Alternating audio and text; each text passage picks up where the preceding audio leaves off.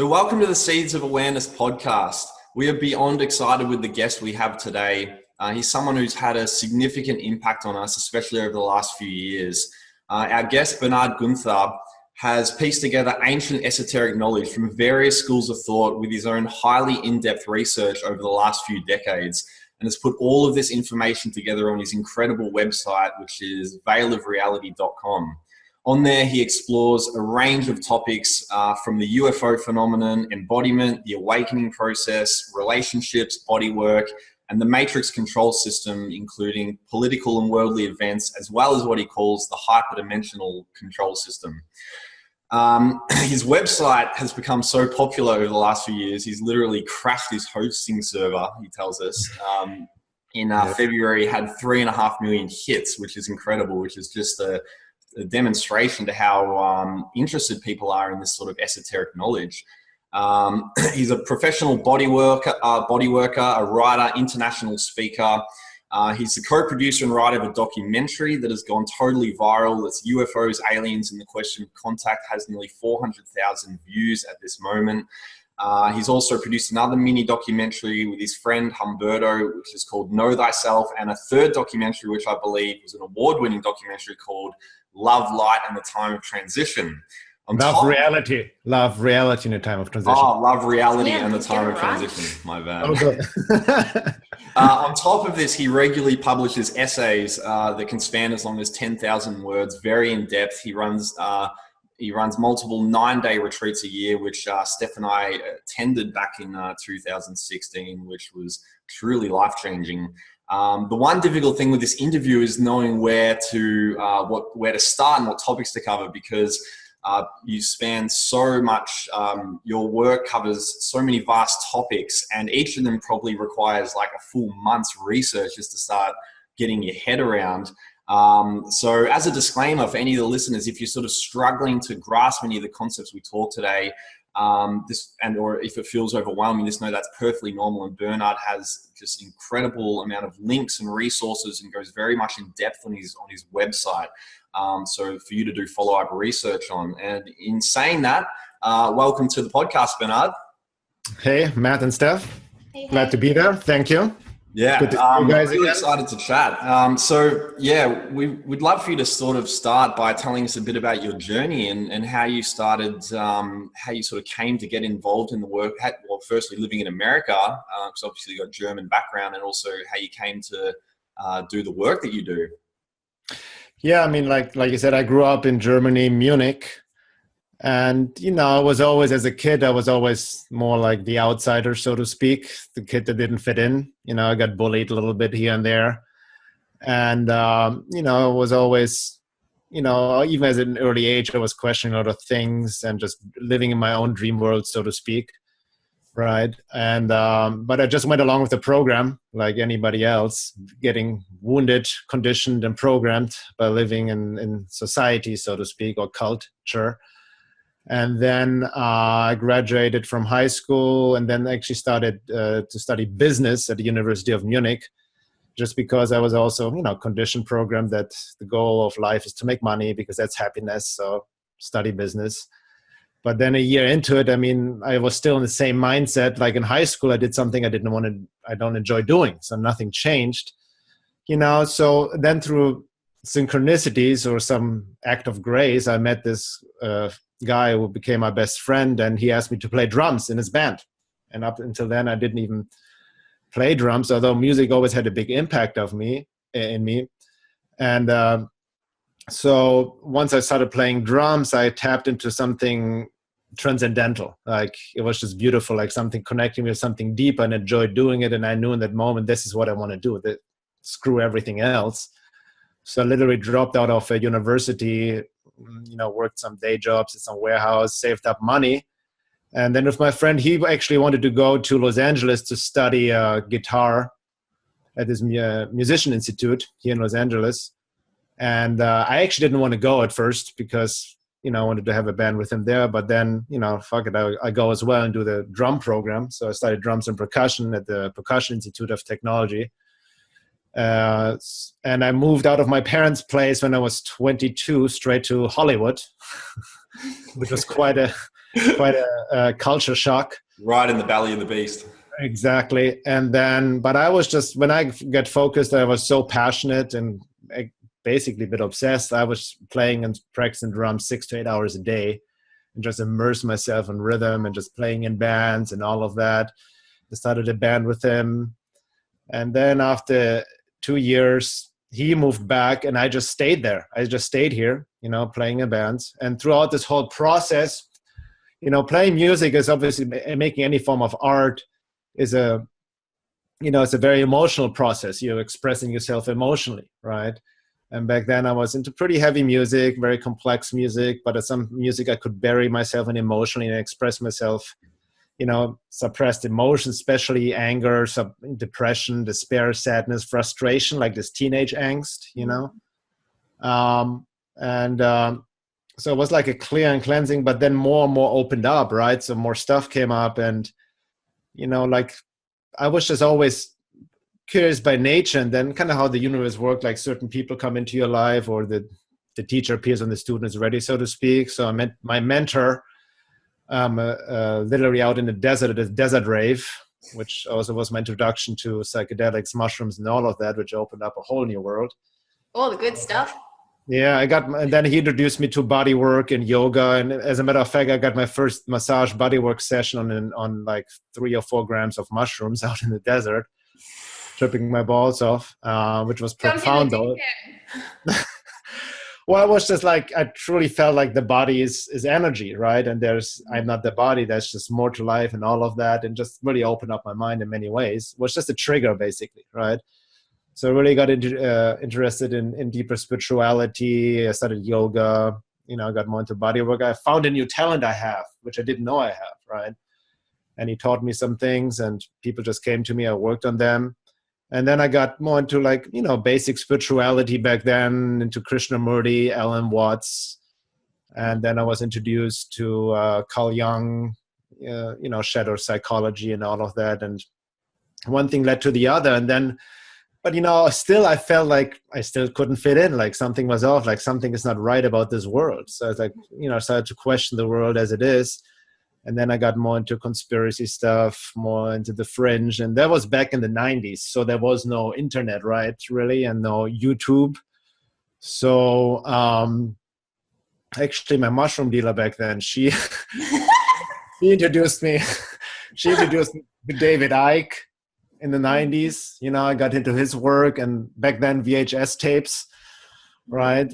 And, and then I read many other books that came along my way. And then big trigger was, awakening trigger was Bringers of the Dawn by Barbara Messiniak when I first read that book. I was like, whoa, like I've never had books resonating with me so much on that level. It was almost like I remembered something. Like it felt like the instruction manual I forgot with me was presented, in this incarnation. And, it came to me through synchronicities as well. And then, just kept flowing. And once my musician years were over, the band broke up. Then I pursued body work, professionally, because I have this talent, just want to flow with that. And then I moved away from Los Angeles here up here to Topanga Canyon into nature, started my bodywork practice. And then I started writing, kind of started living more hermit life since I was more introvert anyway. And did a lot of reading, a lot of studying, a lot of exploration. I got into shamanism, spent a lot of time in Peru back then. And the reason actually why I started writing, that was back in MySpace. You guys remember MySpace? You guys had that those days? Yeah. And the only reason I really started writing, because it helped me to organize my thoughts, to clarify what I'm into, like writing it out, right? And then also with the intention to connect with others who might be also interested. But I never planned like consciously to become a writer or anything like that. It was just out of that necessity, right? Something was just pushing me or driving me. And then, then a few years later, a friend of mine suggested, why don't you have a blog? And I didn't even know what a blog was back then. That was the first introduction to my blog. And then I met Umberto, many 12 years ago or so, and then he suggested to make some videos or films out of my writings, and that kind of then manifested in those 3 films, we made in 2011. And then, one thing leads to the other. And, like now I'm basically doing this for a living, body work, holistic coaching. And back then, all this information I put out, I mean, it was not easy. I mean, I went through trial, a lot of initiations, and it was not just book smart knowledge, a lot of things I experienced as well. As you know, my writings, it fuses my own personal experience with more research, right? And, and I learned a lot through trial and error. And, in a nutshell, when people ask me, like, you asked me, how did I get into this work? It's because of suffering, because I suffered, right? And I needed to figure myself out, or the world understand. Otherwise, I literally would have killed myself or something. I was suicidal back then. And, that ties into like an esoteric axiom that people usually only start to work on themselves, seek truth within and without, when they deeply suffer, right? If everything goes fine, why would you question anything, so to speak, right? But then I also realized, especially looking back, there was something else, like another force that was not, under my control, that pushed and pulled me, right, to this path I'm on, like, which you could like even say my soul purpose or quote unquote mission profile, this divine guidance, as I call it now, right? And, all the plans I had back then and what I thought I wanted, now realize I didn't want anyway, and they didn't materialize. It ties into the saying, tell God your plans and he will laugh at you. Yeah. And even now, like when I look back, if anybody would have told me 15 years ago that I would be doing what I'm doing now, I would have laughed in his or her face, right? It just kind of happened on the flow. And I mean, there were, it was not easy because I was always also very outspoken early on. I never cared like what other people really think. So this information need to get out. I was sometimes very naive about it, like overestimating myself. And sometimes also at first only like intellectually understanding more these esoteric topics, right? Like resonated, but not embodying it, not living it, right? And then learning the hard way, so to speak, dealing with especially with occult interference, hyperdimensional interference, or public attacks, kind of like paying my dues, so to speak. But all, in the end, it all, looking back, there's a saying, you can only connect the dots looking back, and everything needed to happen as it needed to happen, right? And there's this flow, so to speak. And I also realized we don't get to move on until we learn certain lessons, right? And this is about this deeper alignment. And for me also early on, it was also always this process was twofold, always the work within, the self-work, right? And the outer work, like seeking truth. So it's twofold. I've noticed many people oftentimes only focus on the outside world, like exposing the government, the control system, whatnot, but don't really engage in any inner work. That can easily result in shadow projections and all of that, and feeding into this divide and conquer game. Or some people live in the bliss bubble, right? Gazing their navel, and and it's all about me, and like the new age pill, so to speak, love and light, the illusion of solipsism, and I create all my reality, and the distortions of law of attraction, and so on and so forth. But that's basically it in a nutshell.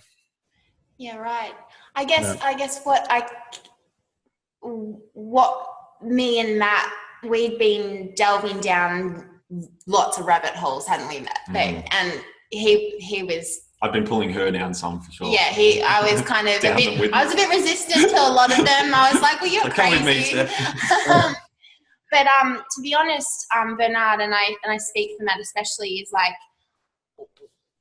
through suffering, we wanted answers, because we were both like, if we don't find answers like this, we're getting crushed, like our spirits are getting crushed. And we we explored a lot of healing modalities, we read a lot of things, but it was only when we came across your writing did everything actually all make sense. And since coming across your work, we have grown. We're different people, because we're just different people.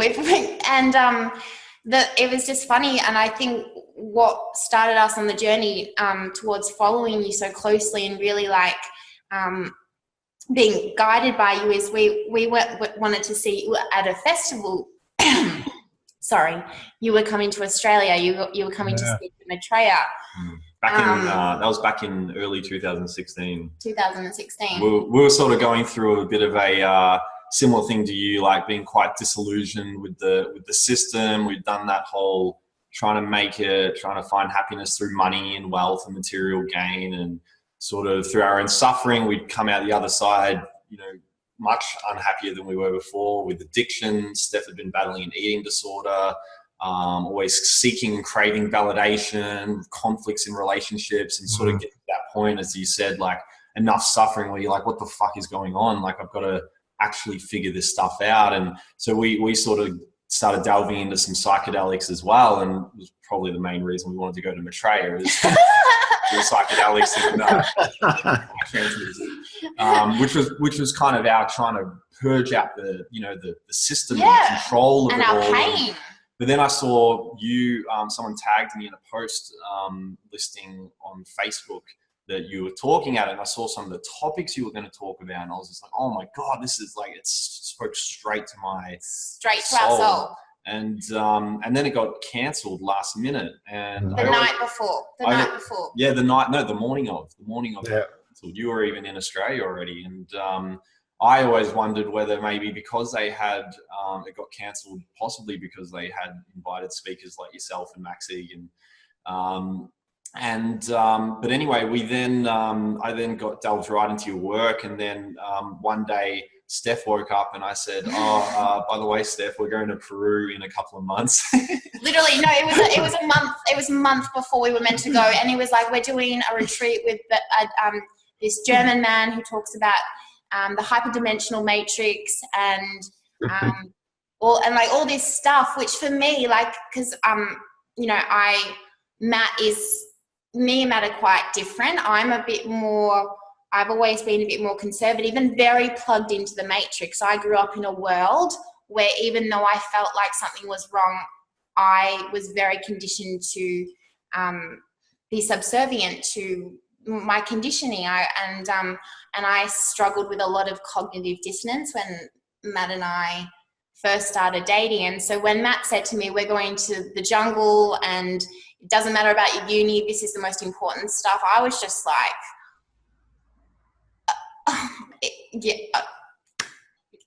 that's what I was like. But we went there, and when we got there, it was like just everything aligned perfectly. Yeah, I mean, that was really, that retreat was a big initiation process for us. I can see now, kind of leaving the hero's journey of leaving the comfort of our culture and the security of the things that, feel so familiar, even if they are distorted and putting us out of balance with our alignment with our true selves. But it was, jumping into that unknown and trusting in the process, and some of the things you delved into on that retreat really immersed deep into your work, but also teaching us how to understand it on an embodiment level, which we really want to talk about soon. But can you, just so we can give the listeners like a clear picture, can we start off with what you call the 3D matrix and sort of like how that works, but then also talk a little bit more about how that ties into the hyperdimensional matrix, and maybe also explain what the word hyper means. I think that's a word most people are a bit unfamiliar with. Yeah, I mean, first of all, the word matrix, obviously, I hope most people are aware of it. It's a reference to the film, The Matrix, right? Although there's other resources that have been talked about the Matrix before the film ever came out. But basically, the Matrix control system in a nutshell talks about the forces, 3D or hyperdimensional, which means non-physical, beyond 3D, or forces that keep us asleep, keep us plugged in a sense, keep us suppressed and oppressed, disconnected from spirit and or divine nature, right? And keeps us in a mechanical loop, or in the under the illusion of free will, really, right? Because like by the nature, when you're asleep within this world, you don't know that you're asleep. Most people believe they're awake, but as Gurdjieff said, people they're asleep dreaming to be awake, right? Hence cognitive dissonance. Back then you didn't know that you were asleep. Yeah. Even Neo didn't know that he was asleep. I mean, that's a great reference, right? Until he has the splint in the cell in his mind to what is the matrix, right? And it's kind of like a hypnotic sleep, isn't it? Exactly. It's hypnosis in the sense. And anybody who's hypnotized doesn't know that he's hypnotized, right? So, but just like Neo, when he wakes up and unplugs himself and sees this field of like these machines breeding and feeding off of humans, then the big shock sets in, right? Like, oh my God, the horror of the situation, the disillusionment. And that's a big part what anybody literally has to go through, so to speak, in part of the awakening process, the death of the conditioned personality. You see this in different parables or metaphors throughout the ages, right? So, but let's say the 3D matrix, so to speak, the 3D matrix controls us on the very basic level, is all these institutions that rule our lives and have so for thousands of years in different shapes and forms. Right now, the most obvious is government, right? Rules and regulation laws, corporations, the banking system, the medical industry, literally, right? Which is not, interested to have healthy citizens because you cannot make money off of healthy citizens. The pharmaceutical industry, and then obviously police, military, and all of that, which we see on everyday life, which we take as the normal. That's just the way life is, and we never question it. Especially government. People never question government, because we've been so conditioned to believe in external authority that somebody needs to be in charge and take care of this. Otherwise, there will be chaos, right? So that's a conditioning, right? So it's actually Stockholm syndrome, Stockholm syndrome I was going to mention, because it's literally an imprisonment out of our own free will. People consent to it, right? Yeah. And it's a few people controlling the masses, right? And most of these people in power are in fact psychopaths, which is also a topic on its own. People are genetically born without a conscience, but hiding behind the mask of sanity can appear normal and emulate emotions and say the right things, but they're ruthless, right? It's all about power and greed and more control, right? All of that and keeping people suppressed. I mean, even on the very basic level, people don't question like why we need to work every day, 8 hours a day, 40 hours a week, right? It's really not necessary. It's like but it's so entrenched in us that people don't question, right? And then we're being like we mentioned before, the conditioning program happens the moment you're born, right? Well, and I think I'll just quickly add in, like, I actually remember when I was a little girl saying to my dad, why do you, like, I had a nanny for a long time, and I said, why do you have to work every day? Like, why? And he said, because I have to. Yeah, exactly, because I have to. Because I have to. And I was like, but why, Dad? Because I have to. And like, at the end of the day, we're born as humans onto this earth, but like, we didn't choose to be a part of this system that suppresses like our true nature, our freedom. But no, like you said, no one questions it. And like you said before, how you used to ask, why is there a royal family? Like, why is there a queen that rules over everyone else? And and back in the days, the kingdom, the monarchy, and it's just the same answer from the parents. Oh, that's just the way it is. I said to Mum, I want to be a princess. Why is there only one princess? Like, that's not fair. I want to be a fucking princess. You are. And and we sort of look at nature. Like, nature's not governed by anything. Like, even people who've studied ant colonies, like people who think that ant colonies are ruled by like a queen ant, it's actually not the case. There's no structure. There's no hierarchy. There's no structure in nature. Well, there's a sense there's like a natural hierarchy, like symbiosis. Yes, Not an artificial hierarchy that we have here with titles and whatever. Right? Yeah, exactly. But I think what most people, really struggle with is to comprehend that this control system on the 3D level is a global thing. Like, people will see individual aspects of it, and they'll see, there's environmental, destruction over there, there's animal abuse over there, there's corruption in the pharmaceutical industry, there's government corruption, and they'll focus on an individual area, thinking, if I just be an activist in this area and I make a change, I can bring awareness and make a change in the world. But it seems to me, for a lot of people, it's extremely, extremely challenging to grasp the concept that there is a global control system at play here.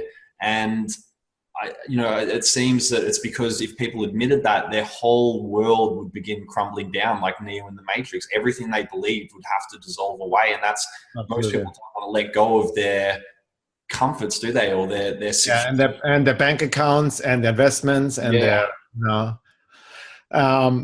so to speak, metaphorically as well. But, you hit the nail on the head. That's how the Matrix keeps itself into place. Mm-hmm. Right? It's also based on the fear frequency. It's based on survival frequency, security, right? A very low frequency consciousness, separation, and all of that, like me. As long as I'm fine, I don't give a shit, so to speak. Right? Yeah. Very narcissistic in a sense. But what you mentioned as well, people becoming these activists in one area, it's kind of what Gurdjieff talked about, and he called it the trap of the revolutionary mind. Yeah. Because these aspects of it just talked of the 3D aspects of what I call the very superficial aspects, like that tiny tip of the iceberg. It's literally like the shadows on the wall, as in Plato's allegory of the cave, which people just focus on and be distracted with. And then I got to save the whales, or I got to save the forest. I'm not saying that we don't need to become more like conscious and do some, in terms of like help and make this world a better place. But most often we mistake symptoms for causes. Yeah. Right. Yeah. Similar like in health, we most often mistake symptoms for causes. Right. And it goes way deeper. But like you said, like, the good example of what you mentioned, people not questioning because it opens up way too much, was 9/11. I remember when it happened. Right. For me, it was pretty clear right away, because I've been already a few years into research, that, there's something off. The official story doesn't make sense. And you dig deeper and you look, it's not only inside job, but ties into very other things. And, it created a certain frequency, ties into the Hegelian dialect of problem, reaction, solution, a false flag. Right. And even if you look at common sense logically, it doesn't make sense. The story doesn't hold up. There's so many holes. It's just ridiculous. Like, it's you don't even need to be a genius to see through it. But that's how the hypnosis, the psychology works. Because exactly like you mentioned, if somebody would have admitted that their own government is responsible for that, right, then they would have to question many other things, right? What the government may do. And then they have to look into themselves. Their own beliefs, their own, like, my family, well, who am I, right? What is this, right? So the cognitive dissonance kicks in. It's cognitive dissonance. An example of that was like, for me, I'm really close with my family, but I remember one day somehow getting locked into a discussion about 9/11 with a significant person in my family who means a lot to me, and I just posed the idea that of, my learning, like, there's so many holes in the story. There's architects that have come out and engineers that have come out and said, what happened couldn't have happened just from, anyway.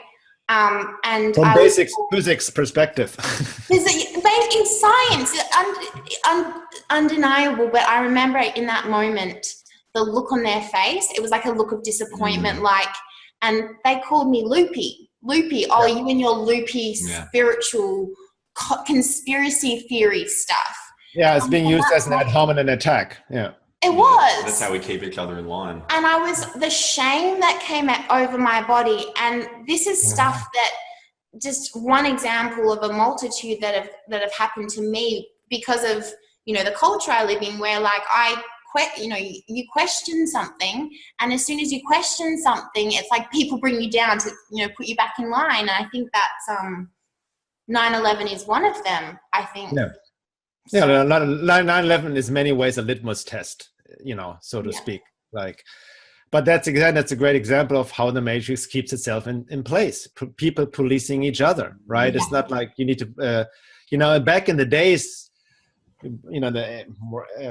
centuries ago, whatnot, it was more control by force, right? So to speak. Yeah. Really, like, physically, people nowadays, it's more, it's manipulation of consciousness, of belief systems, severe conditioning, and the educational, government-sponsored education. We're being going back, the conditioning happens right away through our parents, which are wounded. Yeah. They know better than.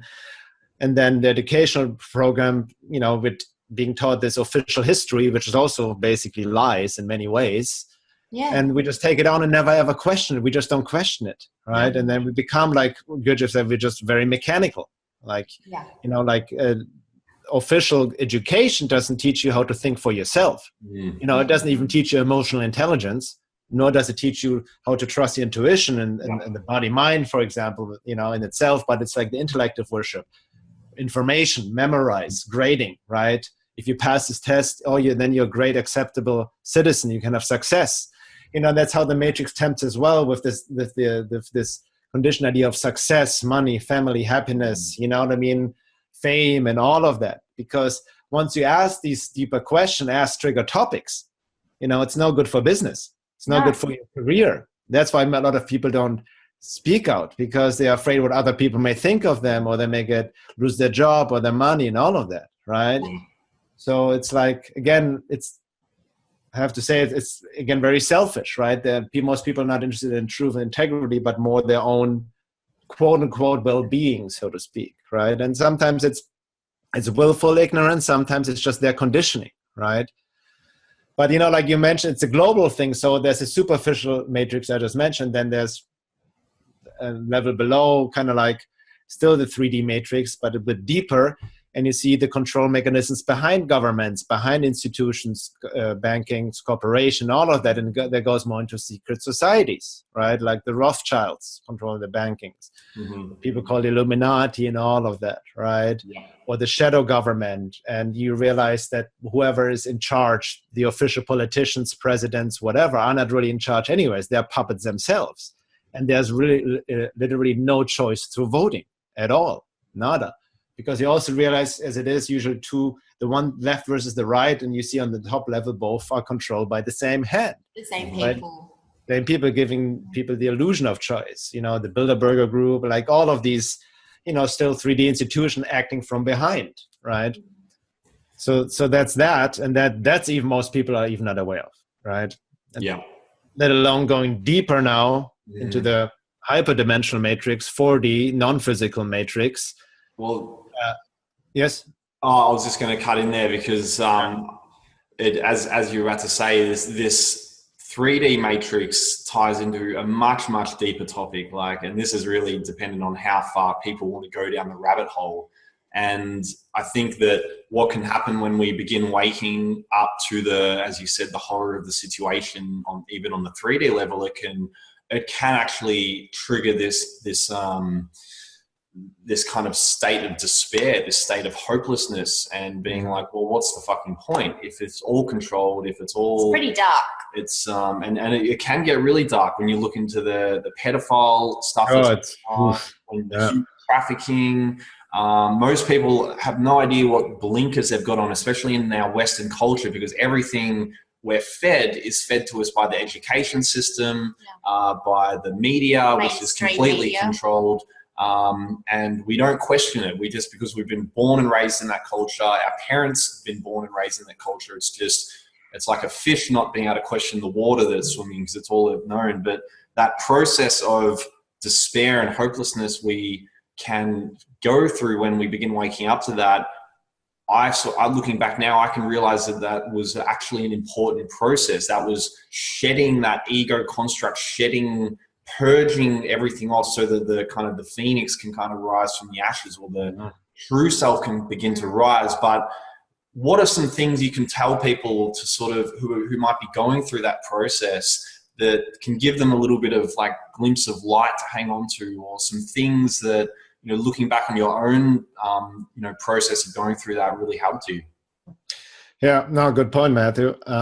Also, like, you're right. I mean, I don't want to get into it more, but the darkness that out there, the horror, what's really happening even on a 3D level, people have no clue. I mean, it's you know, horror movies in Hollywood is almost like a kindergarten compared to that. And I've dove into it deeply, and it's very disturbing, right? So I understand that you can lose a lot of hope and like get lost. You can kind of almost get lost in it, and like, exactly, what's the whole point? This is just insanity, right? But that's why I said at the beginning, it's important. The process is twofold. It's within and without. So we need to work on ourselves, right? We need to, also we have to understand we have been disconnected from our true self, disconnected from the divine, from source, from the positive force. There's something beautiful here as well. Obviously, there's a lot of beauty in this world. This world is beautiful, right?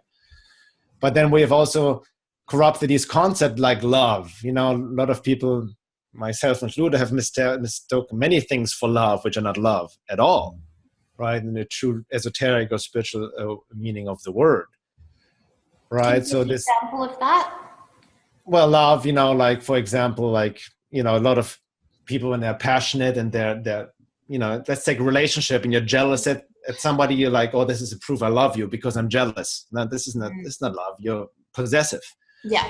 Right. Or love, you know, like also then kind of, you know, the love for a country, which makes no sense. A love for an artificial creation. I mean, that's again, it goes back to the conditioning, like you're being conditioned, programmed to identify with the country, nation, a flag, right? You have this identity based on imaginary borders, which is nonsense, really. It is really complete nonsense. I mean, that's one big conditioning, people identifying themselves with a nation, country, or flag, right? And then they love it, right?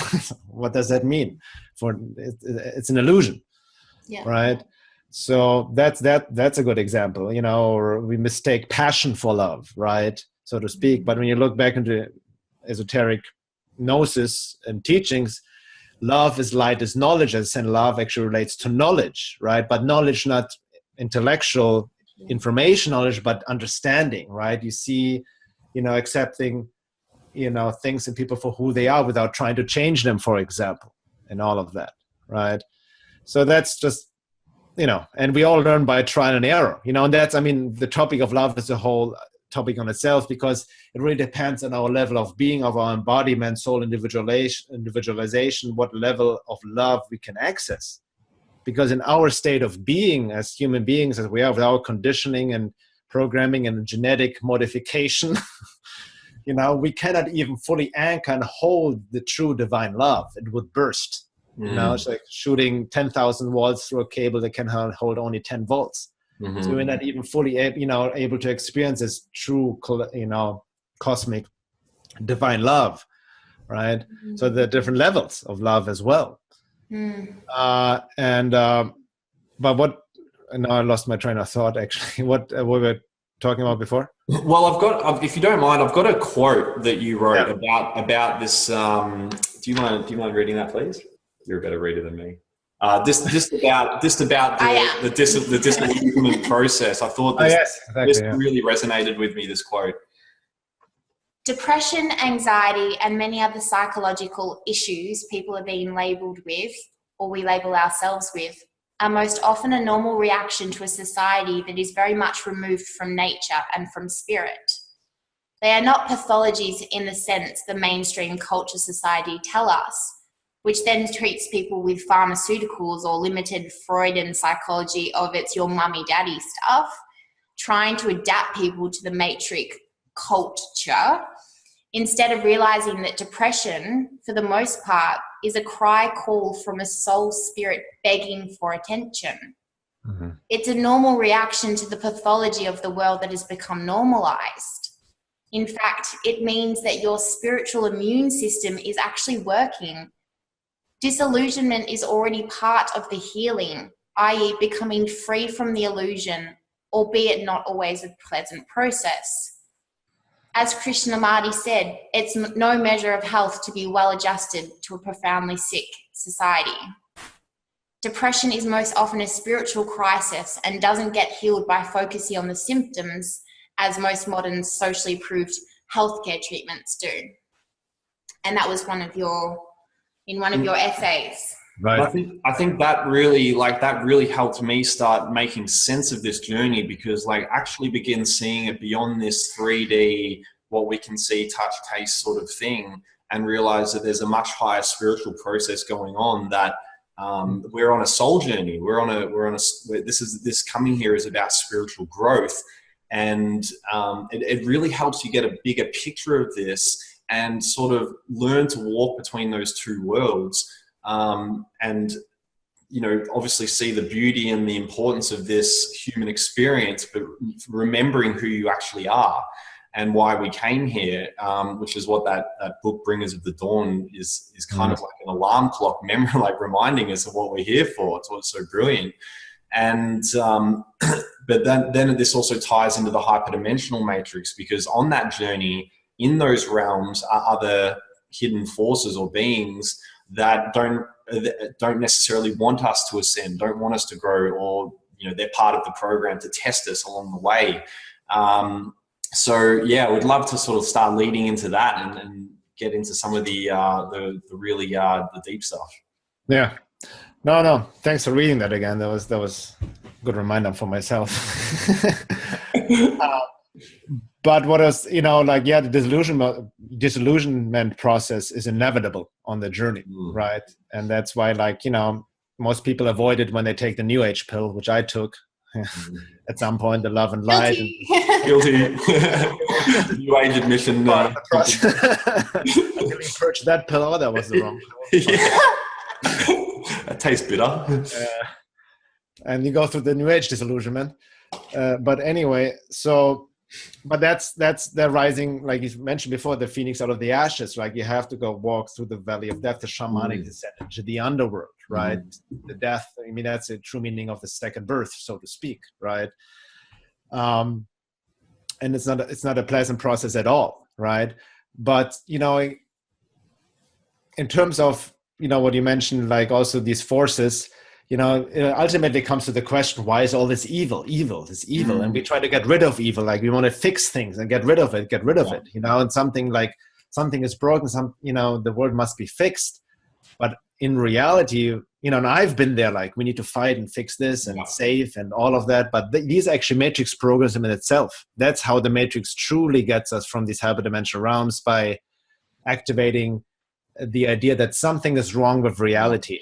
Triggers the savior complex. The savior complex, the missionary complex, the self-importance that comes with it, and all of that, right? So because on this higher perspective, there's nothing wrong with reality. Even evil has its place. Yeah. Because if you think of it, even from a basic philosophical perspective, that everything comes from the one, whatever you want to name it, divine, whatever, and then it bilaterally manifests in duality. We're living in duality. So you cannot have dark without the light. It doesn't exist. Male, female, and night, day, and all of that. The one defines the other. So that's why the irony, when you especially look at the basic political spectrum, people identify themselves as left progressive liberals and and we'll fight the right. They create the right. The minute you identify yourself with one side, you create the other side with all its variations on a metaphysical level, right? So you're caught in the divide and conquer frequency. Yeah. But from this higher perspective, evil, quote unquote, has its free will to exist in this duality. It is, in a sense, an expression of the one experiencing itself subjectively, right? So it has a teaching function, because through this, here's the irony of suffering. I had a client this morning, and we're exploring a similar topic relating to her life, and the topic of suffering comes up, right? So suffering is interesting. We don't want to suffer. Suffering sucks, right? So that's why we see even the mates, most people run away from the pain and pleasure, right? No more pleasure, no pain, which results on the matrix level in addictions, right? And just avoidance. The more we run away from our pain, the more it actually grows in our shadow and somehow needs to be confronted. And as I mentioned before, people don't really question anything or work on themselves until they suffer, right? So in that sense, suffering, as irrational it may sound to our logical mind, which cannot really truly understand it anyway, suffering has also a teaching function in its place. I was reading something very interesting the other day from Sri Aurobindo and the mother. I quote them a lot from Integral Yoga. The mother was asked about the role of suffering. What is suffering by one of her students? And she said, suffering is the only force that can pull the inertia out of matter.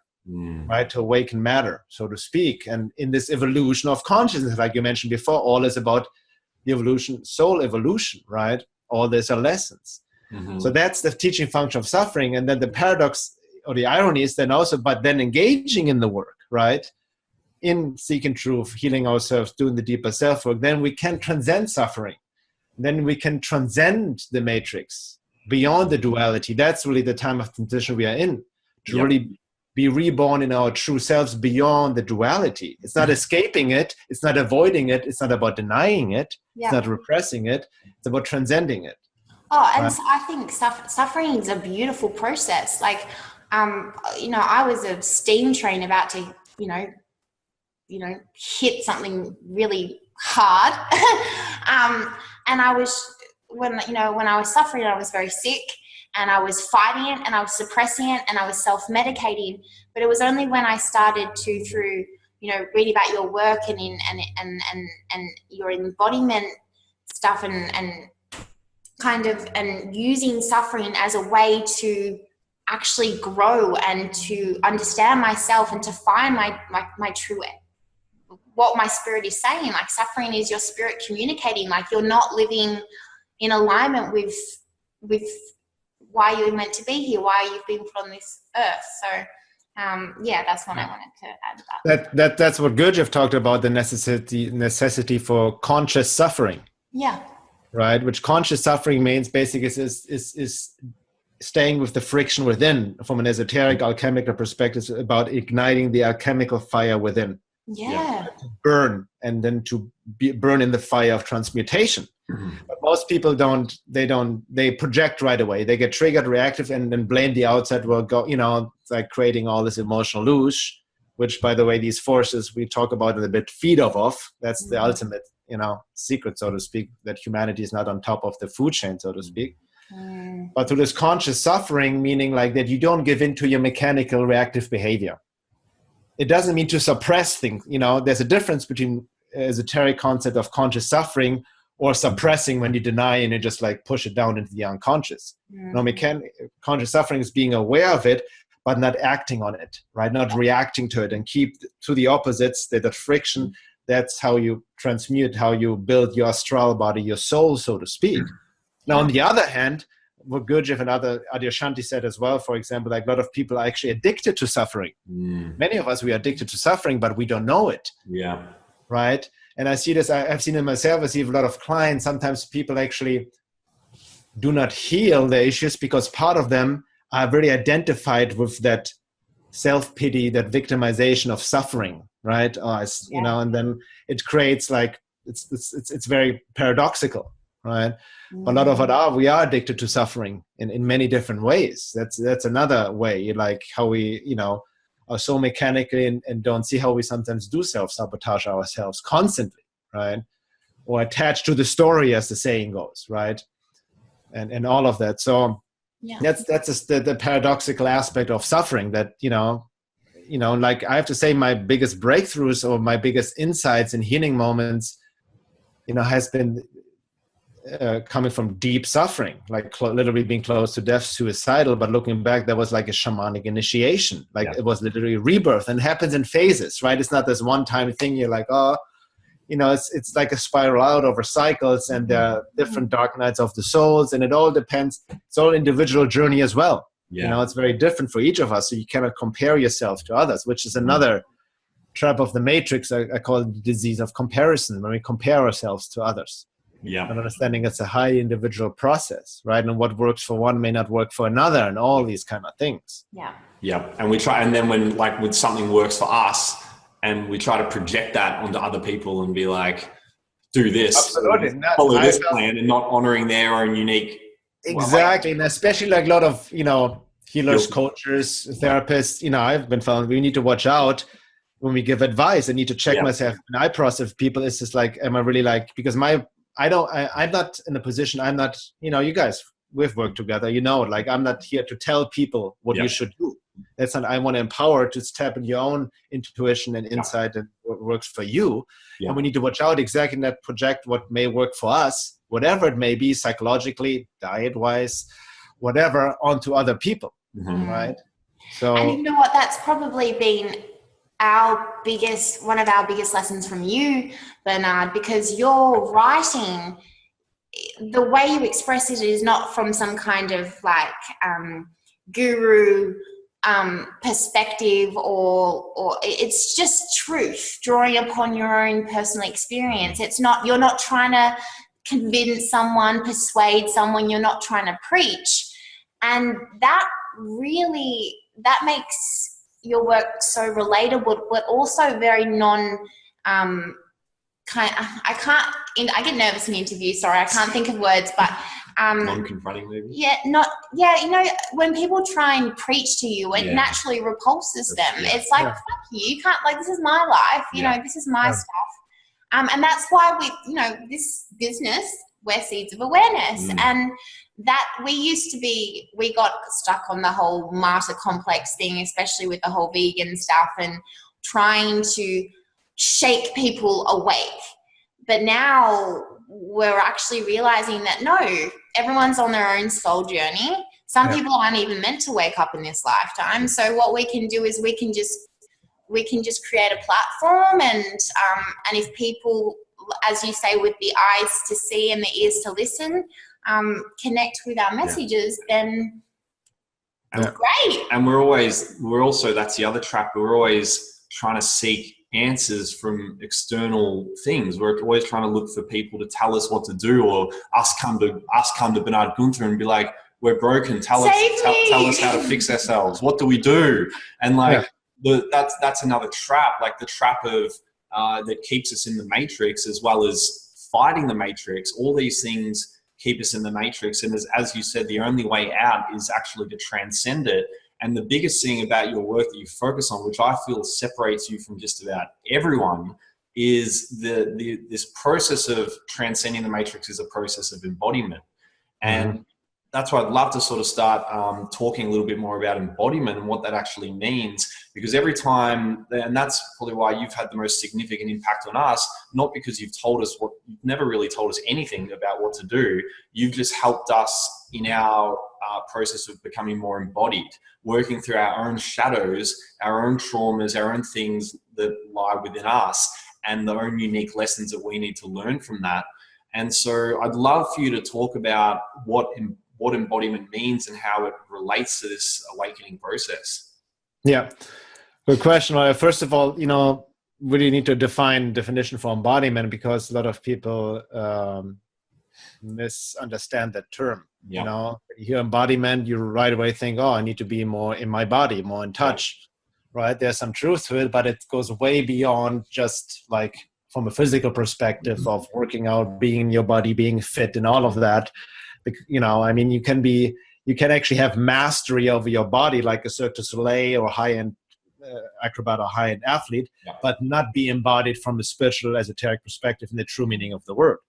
Because embodiment, the root word, means literally invested in the flesh, right? But, actually synonyms are incarnation, avatar, right? So it's a soul incarnated in the flesh. So the process of embodiment from a spiritual, esoteric perspective is a process of soul individualization, or as Gurdjieff talked about, to grow your soul, right? Or Sri Aurobindo, to bring the psychic being, his definition for soul, to the front, right? It's about spiritualizing your essence, so to speak. And most people do not realize that, we're born with a soul.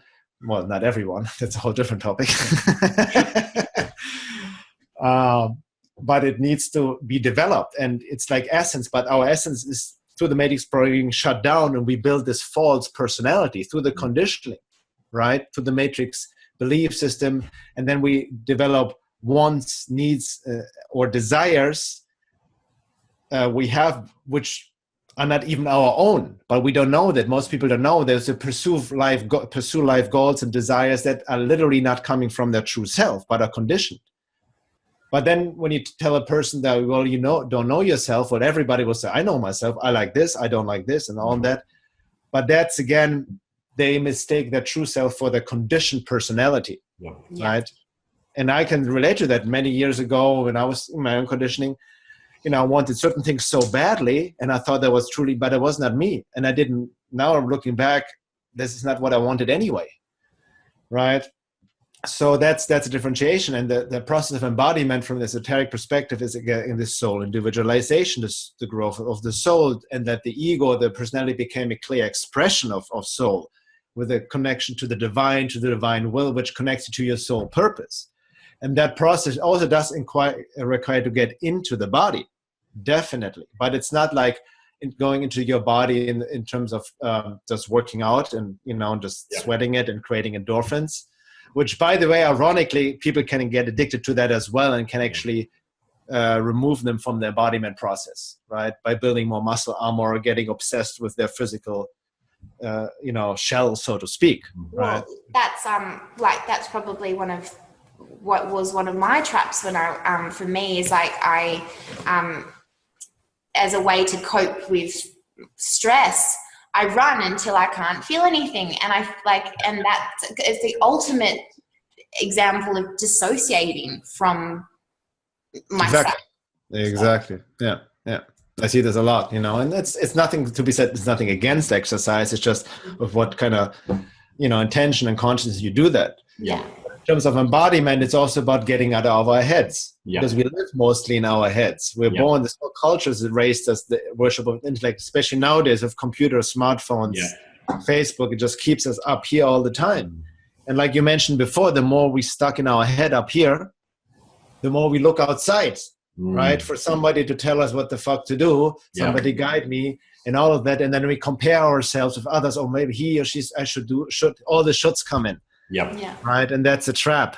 And then we make decisions out of the head, which is a trap as well. Yep. Right? When our true guidance is down in the body, more specifically in the gut, in the pelvic floor, this intuitive knowing, we can also divide it into the male aspect of consciousness resides in the head, and the female aspect, a feminine aspect of consciousness in the body, or even on the physiological level, as the gut, there's a huge network of nervous system, right? Very, almost similar to the brain, so to speak. And that's where intuitive guidance, that's where our true voice is. And we need to tap into that. That's where our guidance comes, but it's very subtle. And it gives us this deep embodied, like yes or no. Yeah. And we all have it, but we don't trust it. First of all, because we haven't learned to trust it. And also the reason why we don't trust it is because it doesn't give us a reason. Like when we make decisions out of the head, we always say, well, I'm going to do this because of A, B, C, D, or pro and con. Yeah. When you trust this down here, it just tells you like, and that's it. So you have, and that's what you have to trust, the unknown, right? And go with it without like the mind, like, but why are we doing this? The security, like, I want to know why we're doing this. Otherwise, And this, this process of becoming trapped in the head, like it's something that we don't even question because we've lived our whole life in our heads. We've analyzed the world through our heads. We make decisions through the head our whole life. Everyone else around it does the exact same thing. And so we're so desensitized and disconnected from this pelvic bowl kind of knowing, intuitive guidance. And that was one of the biggest differences in your work, and the biggest breakthroughs you gave us is that this entire matrix is designed to keep us in our heads. We're conditioned, we're taught to learn through our heads in the school, during the school process. All the technology, everything keeps us in our heads. And what that does is make us easy to control because we're disconnected from our inner guidance. But also what your work talks about is how we leave our body open, and we have this huge shadow formed in ourselves that these hidden forces can then work through. Is that right? We're not only easy to control, but we become like puppets for these things to work through. Right. Well, on that note, maybe for the listeners, we should touch upon the hyperdimensional matrix. What are these forces? We're like talking around it, like what are these guys talking about? Yeah. Yeah. Let's talk about it. I think more people are coming up. Who's building it up? It's called the topic of all topics for a reason, as the shamans called it. So the 3D matrix, but on a deeper level, what we're dealing is the hyperdimensional non-physical matrix, which works through all these institutions and through humanity. And ultimately, I really like, just to bring it down in a nutshell, and like as you mentioned before, and also if anybody wants to learn more about it, please go to my website, veilofreality.com, and there's more resource material because it's impossible to lay it all out here. But when it comes in a nutshell, humanity is not on top of the food chain. And food is not, we're not talking about physical food, but consciousness food and a certain frequencies these forces feed off of. And any complete true esoteric teaching has talked about it, but a lot of this knowledge and esoteric wisdom has become has been suppressed. Suppression of knowledge is the name of a game, has become diluted, distorted, and all of that. But if you go to various sources, Gnosticism, they talk about the archons, right? Arabian mythology, the Shaitans, right? Or the jinn, or in Sufism, and or in Native American spirituality with Tico, right? The alien mind virus, or esoteric Christianity before the church corrupted it. They talk about the general law that keeps humanity in its place. You can also substitute that for the hyperdimensional matrix, right? The Manian Hermeticism is the Lords of Destiny. So they all have different names. Or Sri Aurobindo and the mother from Integral Yoga, they call the occult forces. Occult simply meaning hidden, right? These hidden hostile forces that keep humanity in its place and feed off of a certain frequency. And the frequency feed off is this ego consciousness, this lower frequency. They feed off all the friction, this internal fighting, that emotional luge from our reactivity, from be it from interpersonal fighting, right? And the anger and the hate and the suffering and all of that, or globally, wars, right? Are literally created through these forces, injecting into these psychopathic politicians. Many of them are possessed by these entities to initiate wars. And wars obviously generates a lot of this suffering, emotional luge frequency, which literally, this is what these entities feed off of. It sustains them.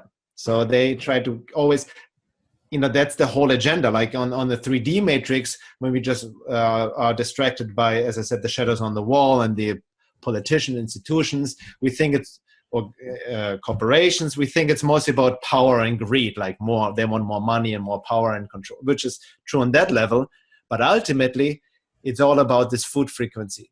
These forces couldn't care less who they put into power, through, so to speak, and whatever, as long as they can have that, create this luge frequency, right?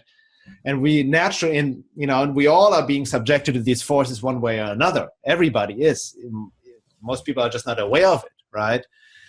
And they, it's really, you cannot prove it, quote unquote, scientifically with the five senses, because they exist beyond the five senses. Yeah. But you inevitably come across them. You're also being specifically actually target anybody who is sincere in the process of awakening will be automatically targeted by these forces, working through your own minds or through other people, right? Can you give an example of, I remember on your retreat, you talk about what these hidden forces do, which really resonated with me, because that they do it through thought implants. So they mimic your own thoughts. And for, I guess that's why knowing about the hyperdimensional matrix is so important, because for me, I have thoughts that I go ahead, like very destructive thoughts that create so much pain, so much despair, and cause me to do very, very horrible things to myself. Yeah. And knowing that they're not necessarily mine, that that's not Steph. These are beings that thrive off my pain. Can you, No, that's a good point, because most people don't question their thoughts. They literally think, oh, this is my thought or whatever, right? Yeah.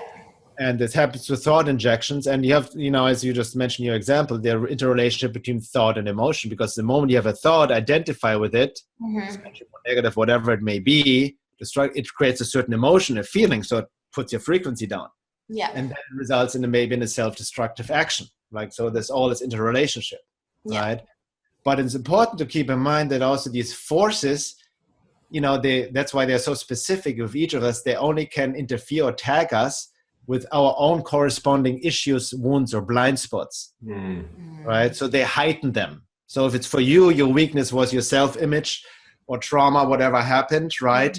And then the eating disorder, so they inject into that to heighten it even more, so you can unravel and destruct yourself even more, and give them the frequency. And we all have. Yeah, go ahead. Last night, Matt and I were talking about, and I think the reason I want to highlight this point is for our viewers is who are in the process of self-healing, especially when it comes to self-critical thoughts. Matt and I, Matt talked about last night that when these thoughts were in my, injected, and they were working on my blind spots, which was self-esteem, not feeling worthy enough, I would go into these states of, Matt, you can describe it, like some days, like despair, like an intense state of emotional despair, where it seemed like something took over her. And I'd be, this was a couple of years ago, mind you, when we were going through some pretty intense shadow work, and I would speak to Steph, and I could tell I wasn't speaking to Steph, that something in that moment was working through her. And I would actually, there were times where I would actually speak directly to it, and Steph could barely remember it afterwards. And it was those moments when I was just like, as well as my own process of my own thought injections, where I'm like, wow, this is a reality. There are things working through us. And it ties, if you don't mind, Bernhard, I'd love to read this quote that you use a lot. It's by Rudolf Steiner. And Rudolf Steiner, is very respected. It's funny that you literally, when you 4 seconds ago, I was thinking about that. I was just thinking about the Rudolf Steiner quote. Well, here we are. We're so connected. And so Rudolf Steiner, he was a very intelligent guy, and we've even, I don't know if it's the same in America, but we've got schools here that are named after him, Steiner schools, that are built around his philosophy. Maybe not so much this part of his philosophy, but hearing these sort of statements really brings home the reality of the situation. So he says that there are beings in the spiritual realms for whom anxiety and fear emanating from human beings offer welcome food. When humans have no anxiety and fear, then these creatures starve. People not yet sufficiently convinced of this statement could understand it to be meant comparatively only. But for those who are familiar with this phenomenon, it is a reality. If fear and anxiety radiates from people and they break out in panic, then these creatures find welcome nutrition and they become more and more powerful. These beings are hostile towards humanity. Everything that feeds on negative feelings, on anxiety, fear and superstition, despair and doubt, are in reality hostile forces in supersensible worlds, launching cruel attacks on human beings while they are being fed. Therefore, it is above all necessary to begin with that the person who enters the spiritual world overcomes fear, feelings of helplessness, despair and anxiety. But these are exactly the feelings that belong to contemporary culture and materialism, because it estranges people from the spiritual world. It is especially suited to evoke hopelessness and fear of the unknown in people, thereby calling up the above-mentioned hostile forces against them. Yeah. And I remember another book, I remember reading Trojan Horse by John Keel, and he sort of bases, that was another book that his kind of research and the evidence he piles up of these forces being documented all throughout human history and actually changing their appearance to and the way they presented themselves to suit the mindsets and the cultures of those periods.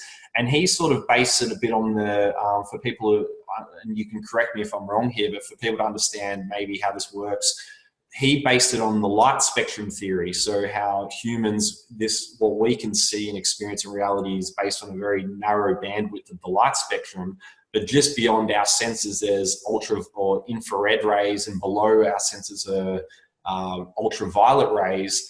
And they're sort of the frequencies where these beings where these beings operate and can kind of shift in between our frequency and out. And that we have actually been modified so that we can't really sense them unless we tap into unless we go through the embodiment process. Well, some people who have clear abilities can. But is that sort of based around how it works, that kind of light spectrum theory? Yeah, I mean, you can, different ways to interpret, but you kind of mentioned a little other, goes deep into how it ties into our genetic modification. Yeah. Right. We always say, oh, it's just human nature. We never question human nature. Yeah. And you have still people believe in Darwinism, which doesn't make sense on so many levels. There's ape, and then all of a sudden human. Yeah. Missing link, and where's why is not still apes evolving? I mean, that's the whole materialistic view of reality. Or they have the opposite end, like religion has distorted. That's how the Matrix works as well, because of dogmatic religion and distorting a lot of spiritual esoteric truths, and like the world has been created in 7 days, and like fundamentalist Christians think the world is only 3,000 years old or something. Yeah. Right. So people like but maybe there's something else. There was an intervention, right, by these forces, and they have downgraded us from our original blueprint, so to speak, where we had access to all of that, and kind of like put us in this lower ego consciousness. And that's actually the original meaning of the fall from Eden. Right, that's the allegory of the fall from our original state. So we have been genetically modified, and it keeps going for thousands of years. We're being genetically modified right now. Chemtrails, GMO food, whatever, AI coming, and all of that to keep us in this, to keep us desensitized, to keep us in this narrow bandwidth, so to speak, as you mentioned. Well, and that's what comes in my head, right? But through esoteric work, like Sri Admila said, through esoteric work, or you develop yogic consciousness, where at some point you go beyond, you rise your level of being, embodiment, solo individualization, and then you can perceive these forces directly, which doesn't necessarily always mean like visually clairvoyant, but sensing, right? But that's why also like no one's going to be able to be. You can't prove this topic, can you? You can't, like, there's no scientific evidence. There's no amount of facts or quotes we can read. And just people might be listening to this go, well, where's the evidence and all this sort of stuff? It can't be proven, because if you're trying to understand it through your head has got such a narrow perception. Exactly. That's and the mind that has been manipulated, the predator mind to begin with. Exactly. And people understand, like, even with science, like, to perceive reality goes beyond scientific, external, diagnosis, analysis, so to speak, but also relates to the level of one's being, of how much you can perceive beyond the 5 senses. So when people ask me about what's the proof of this, I don't even talk to these people. I don't, it's like, I'm not, like you said, as you know, I'm not trying to convince anyone, right? Yep. No. So, and that's why they're a teaching function, are they? Because every time they attack us or inject a thought somewhere, they're sort of revealing a bit of our shadow to ourselves, aren't they? And sort of that means exactly they have their teaching function, right? Like like I mentioned before, and it's written in all these esoteric sources I mentioned before, that they can only interfere with us where we have our own issues. Yeah. So they become as teachers because they highlight them, they make it more intense. Yeah. Right. So the more through the embodiment, it's not about fighting them. Yeah. It's the more you heal yourself through your embody process, and that's how you truly raise your frequency, by the way, because it's all about frequency. And I'm not talking about the new age way of like, I'm all positive and then, the forced smile and like, that's not how you raise frequency. Yeah. How you raise frequency is through shadow work, right? Of clearing these emotions. Sometimes we need to drop in and feel them and transmute them and cry and let go and all of that, right? Can you please, do you mind just giving a quick what you mean by shadow? Shadow work is based on Jungian psychology, Carl Jung, and his work of the shadow, of what we've disowned. Like, we recognize in the very basic way, we recognize our shadow when something upsets us about other people, when we get triggered about what somebody says or how somebody looks or what somebody's doing, a behavior, and we get really upset and blame or project on that person. That's actually our own stuff we have disowned, right? We're out of touch. I mean, a great example on the political level right now here in the US is how a lot of the leftist, liberal progressives project their shadow onto Donald Trump, right? Like, this evil guy is this and that, and like all the blame, and which is actually perfect louche. All these projections against the Trump puppet, right, is what these forces feed off of from the, it's a classic example. So that shadow, it's our unconscious part we're not aware of, right? The blind spot in our nature, so to speak, which we all have, to varying degrees. So it's kind of like owning that and kind of clearing it, and making, like, great quote by Carl Jung: one doesn't become enlightened by imagining figures of light, but by making the darkness conscious, to bring it to awareness, right? And you can relate this to within and without, right? But then doing that, as we clear that's part of the decondition, deprogramming, bring it to awareness, love what arises. And sometimes we need to feel these emotions, right? Not avoid them, but feel anger, right? A lot of people are not comfortable with anger, but not project it outwardly. There are many ways to transmute it or to dance, martial arts, whatever, like more physically, or sometimes we do need to cry, right? And grieve and whatnot, not to stay with it, but truly transmute it. And that's how we clear. And then then we can embody, our soul embody the divine force, become a transducer towards the divine. And we realize it's not about me, my ego personality, but divine will, which I need to align myself with. And that's the true soul purpose. So it's not about what I want, quote unquote, right? What we identify ourselves with. And that's how we raise frequency, right? And then, because it's all about, it's basic physics. They can only tag where we still have our issues, blind spot, which resonate on a certain frequency, and boom, they lock in, right? But we can raise above it through this embodiment process. And I think as well, with this, this whole shadow work to clear our vessel of the body is as having people to act as mirrors to your blind spots. Yes. And I think me and Matt, so because he's a fiery redhead and he's so like, we would like clash and we'd trigger each other, like our wounds would trigger each other, and we'd both it'd be unconscious stuff being triggered, so we'd get nowhere.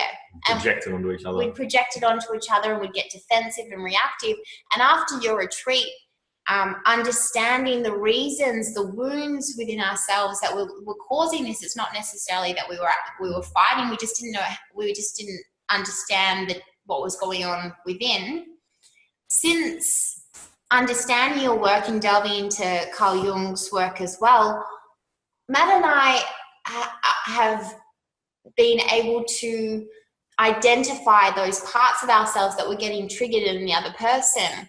And it is just worked wonders in us, like, as you said, clearing all that stuff out. We don't trigger each other anymore, or if we do, Matt, or if I'll be like, babe, seriously, you're projecting onto me right now. That's weird shit. Like, and it's actually really humbling. It's a really humbling process, because for our relationship to have grown together, we've had to own our own shadows and own each other's shadows. And as I said, that's extremely humbling, because when you own your shadow, you have to own the delusions and the lies and the deceptions that you've been living by for so long, and that the way you've been doing things and the way you've been treating people, and admitting when you're trapped into a savior complex and when you're projecting onto other people in the world. And it's fucking humbling. It's really challenging at times to admit some of those things to yourself, but it's also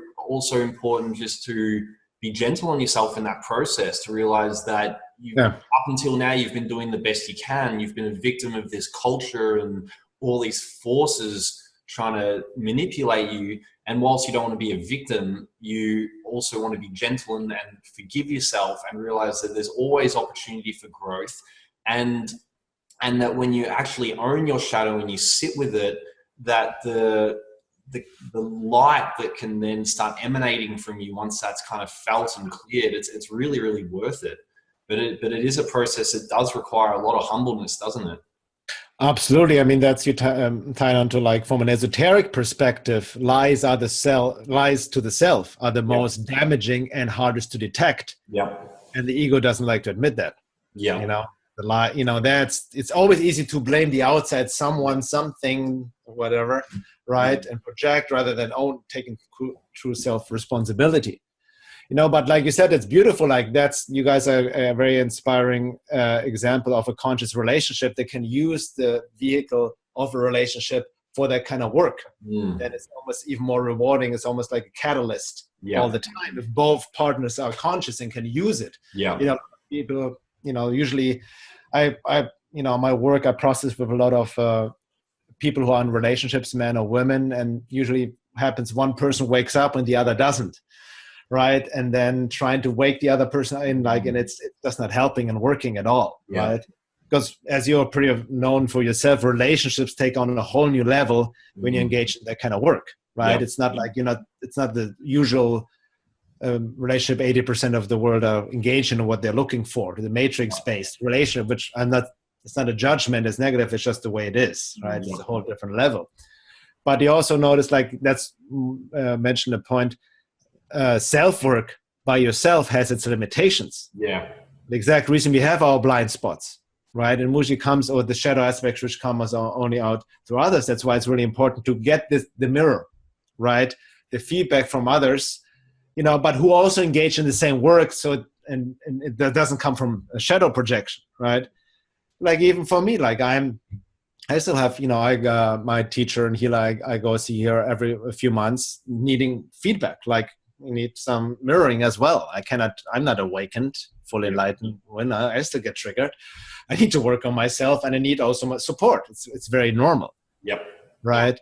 But it is like, so it is, but it is very humbling. I mean, humility is, I also, you know, I mean, I've been quite on a journey. I mean, Steph, you mentioned before, it's not about preaching and this. I mean, you should have known me 12 years ago. You wouldn't have liked me much. I was very like, we need to wake the fuck up and just, you know, infringing people's free will, like out of well-meaning, you know. Of course it's well-meaning. And like excitement, but not really, you know, understanding what I was doing, right? Very mechanically, so to speak. So it is, and only people can only wake up out of their own will, out of their own, you know, intention as well. You cannot make anyone wake up, right? No. And you know, and I think the thing is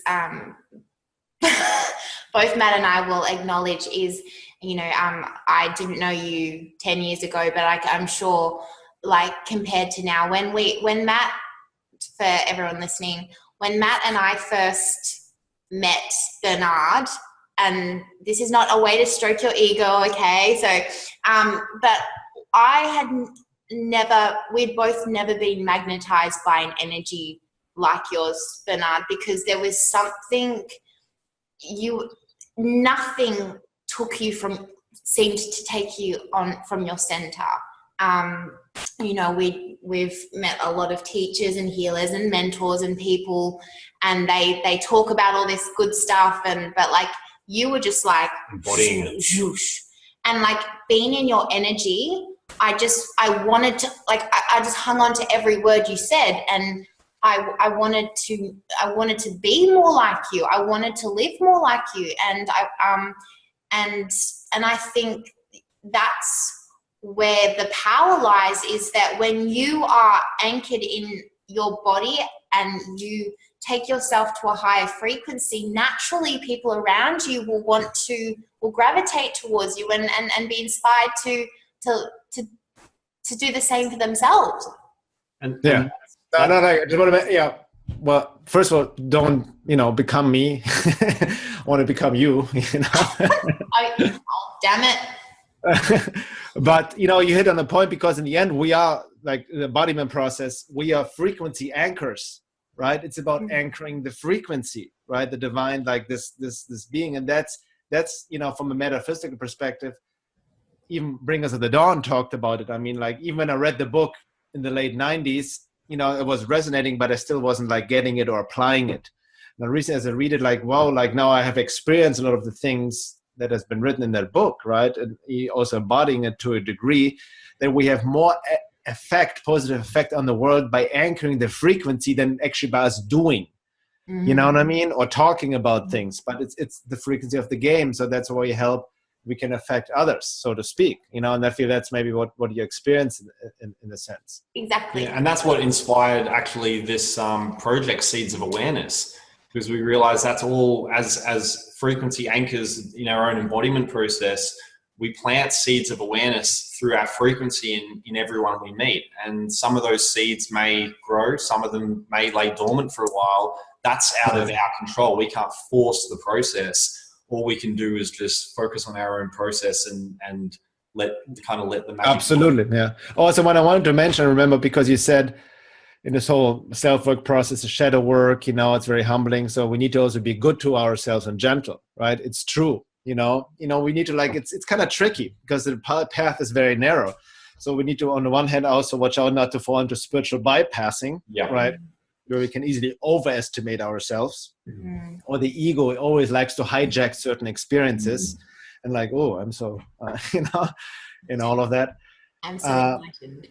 And then on the other hand, which, like, people, like I can definitely relate to that when when we're very hard on ourselves. We need to work on ourselves, and we can maybe you heard the analogy when we too much focus on always pulling out the weeds, digging into the shadow, but we forget to water the flowers or smell the flowers. As much as we need to do shadow work, heal our childhood wounds, so to speak, on the basic level, we just need to step into the joy of our inner child. Right? That innocence, because the true nature of our soul being is joy, but that joy that is not depend on anything external, right? On nothing. It's just the natural state. And we all have that. As children, we always tapped into that, right? I'm sure when you look back as a child, you were engaging sometimes in something where you're fully immersed. It's like Joseph Campbell calls it, follow your bliss. Like you just love doing something for the sheer blissfulness of doing it without any expectation or ambition of outcome, right? And also in that moment, you didn't care about anybody watching you, no ideas how can I make money of it or get famous about, none of that. It's just that joyful state, right? And it's a state of play. It's that's, remember the jungle, that's why when we went in Peru we did the deep work, but then when we jumped into the water, right, and just played and just had fun, or when we dance, things like that. That's what I wanted to ask you, Bernhard, because I know we all had some great times dancing. Bernhard loves a good boogie on the dance floor. So can you tell us, Bernhard, what are some of the things that you do to engage that inner child, to not, because I'm sure as well, being so influential, you must and talking about such fringe topics, you get people maybe try and bring you down. So what are the ways that you just come back to playing? Wait, it's interesting on that note. Somebody posted, because a couple of days ago I posted on Facebook the whole danger of calling in beings or entities or connecting. Like Tim, Tim McClue. I don't know if you have a good friend. He wrote this excellent note. And then people with my work, people make so many assumptions and take things out of context or project things into me. I'm so used to that are simply not true, because they don't know me, and there's so much more to me than just my work. But for example, people assume that are there only negative forces? Are there any good forces? Is everything fucked up? And And then I wrote, no, I didn't, there are positive forces, you know what I mean? And all of that, and I can sense them, but it's not like how the New Age talks about them. And then this one guy was commenting on that. Actually, on the same thread, Matt, you remember you commented on that? Yeah, right? I saw his comments. Right, and then this other guy, I forgot his name, he responded to that as well. I don't know if you read it, and he wrote something that I'm so glad to hear that, Bernhard, because I always thought you're very depressive and just in this dark space because you talk about these hyperdimensional forces and this craziness. And I'm like, holy shit. And I'm like, I'm like, in my home, I'm an extremely joyful person. I don't live in fear. I have no fear for the future. I have my own shit going on, my worries here, and my triggers come up here and there, but I'm a chill guy, right? I'm just easygoing, you know what I mean? For me personally, I love the beach, the water. When I jump into the water, I regress into a little child and become all joyful. We saw that. That's my way. That's just, I love it. I'm very chill, and just I live out in nature and communicate. I have a lot of animals coming up to me all the time. Sometimes I still even like sports, like you, man. I'm a sports guy too. I still watch soccer, especially European football. I love it, And as a matter of fact, Champions League game is on tomorrow. I'm going to watch it. And I get into it, not like the Matrix thing. I'm all but I can still enjoy it. You know what I mean? For the game, for the athletes and whatever, for what it is, and have fun with it without getting attached to it. Remembering to enjoy the human pleasures of life as well. Exactly, like I do. You know what I mean? It's not like I'm like, oh my God, is this, I used to have my phase of paranoia, and I've been through a lot. Yeah. But now I'm in a state, I'm also like, and sometimes I have my down days and like, fuck it, it's going to be Netflix day today. Yeah. I'm just going to watch a movie.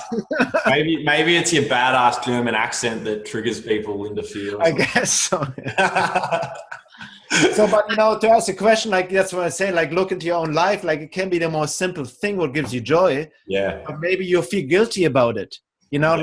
for me, my also German programming, what I had to work through, I was always felt the pressure to be productive and do. Yeah. Right. When I wouldn't be productive, then I felt guilty. Yeah. Right. Like, I couldn't even back in the days watch a movie without having to learn something. It has to be a movie, with some important information or whatnot. So I needed to learn actually, to be consciously lazy. Right. Yeah. So to speak, just like allow myself to do nothing and just slouch without guilt and shame coming up.